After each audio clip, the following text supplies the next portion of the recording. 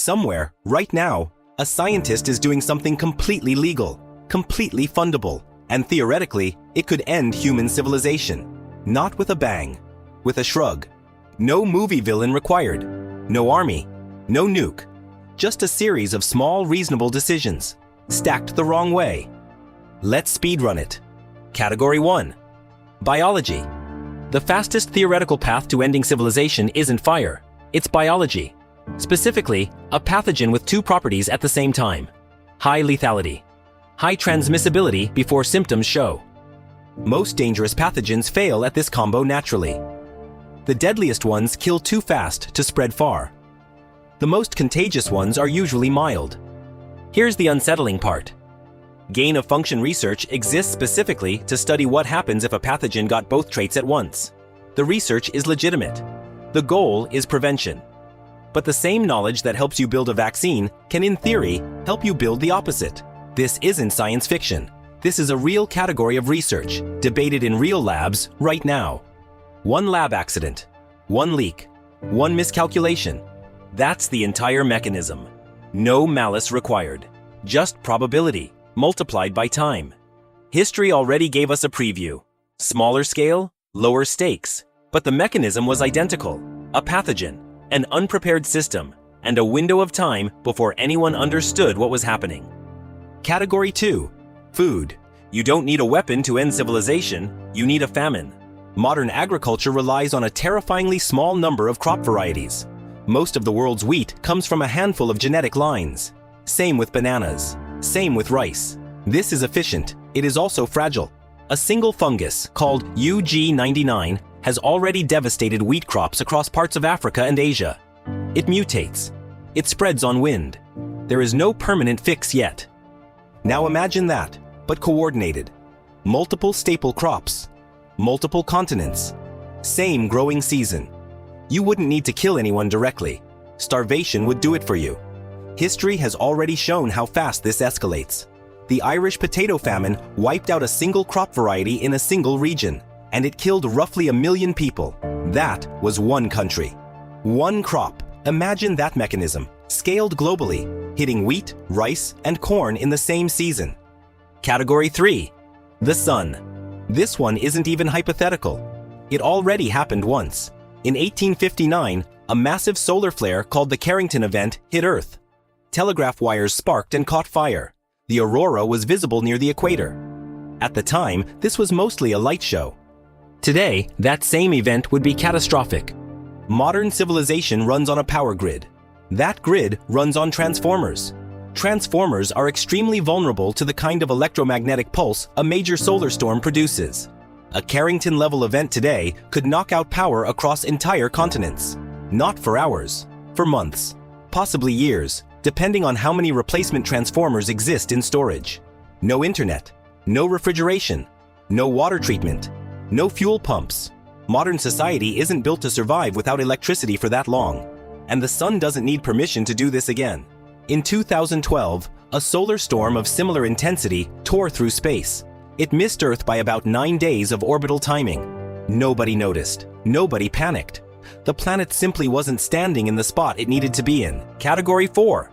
The Internet itself. Here's the one almost nobody thinks about. Global civilization now runs on a small number of physical undersea cables. These cables carry the vast majority of international internet traffic. Banking, trade, communication, military coordination. There are choke points, specific locations where multiple cables converge. Damage enough of those choke points in the right combination, and you don't destroy the internet, you fragment it. Countries lose contact with each other. Markets freeze. Supply chains break because modern logistics runs on real-time data. This wouldn't even require sabotage. A handful of these cables get damaged by ship anchors and natural disasters every single year. Already. The system survives because the damage is usually isolated, coordinated, and the story changes completely. Category 5.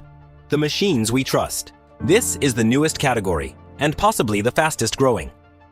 Modern infrastructure increasingly runs on automated systems, making decisions faster than any human can review them. Power grid balancing, financial trading, Military early warning systems. These systems are efficient precisely because humans are removed from the loop. That's also the danger. In 2010, a single automated trading algorithm helped trigger the flash crash, wiping out nearly $1 trillion of market value in minutes before recovering almost as fast. Nobody planned it. No one was at the wheel. Now scale that logic up. Energy systems, defense systems, automated systems reacting to other automated systems in a feedback loop too fast for a human to interrupt. You don't need a hostile AI for this to go wrong. You just need speed, automation, and an edge case nobody tested for. Category 6. One tired man at a desk. This last one isn't a system failure. It's a human one, and it's already almost happened. In 1983, a Soviet early warning system reported that the United States had launched 5 nuclear missiles. Protocol said retaliate. Immediately. No hesitation. One officer, Stanislav Petrov, hesitated anyway. Something felt wrong to him. 5 missiles seemed like an oddly small first strike for an opening nuclear attack. He made a judgment call against protocol and reported it as a false alarm. He was right. A satellite had mistaken sunlight reflecting off clouds for missile launches. That single human decision, made on instinct, under pressure, in under 5 minutes, is one of the only things standing between that night and global nuclear war. The system worked exactly as designed. It almost ended the world anyway. The fix wasn't better technology. The fix was one tired man deciding to doubt the machine in front of him. That's not a strategy. That's a coin flip we got lucky on. Here's the pattern. None of these require a supervillain. They require something far more available. A single point of failure, hit at the wrong time, at sufficient scale. Modern civilization isn't fragile because it's weak. It's fragile because it's efficient. Efficiency means fewer redundancies. Fewer redundancies mean smaller failures cascade further than they used to. We built a global system optimized for normal conditions. We did not build it for resilience. This is the part people don't want to hear. None of this requires inventing new technology. Every method described already exists in some form right now, today. The gap between theoretically possible and actually happening isn't capability. It's coordination and timing and luck holding. So far, it's held 6 categories: biology, food, the sun, the internet, automation. One exhausted man at a desk in 1983. None of them needed evil intent. Every single one of them only needed something ordinary to go wrong at the wrong moment, with no one positioned to catch it in time. That's the part that should actually scare you. Not that someone could end the world. That ending, it doesn't require trying. It just requires the right ordinary failure at the wrong ordinary moment. And nobody has to be the villain. The system can do it by itself.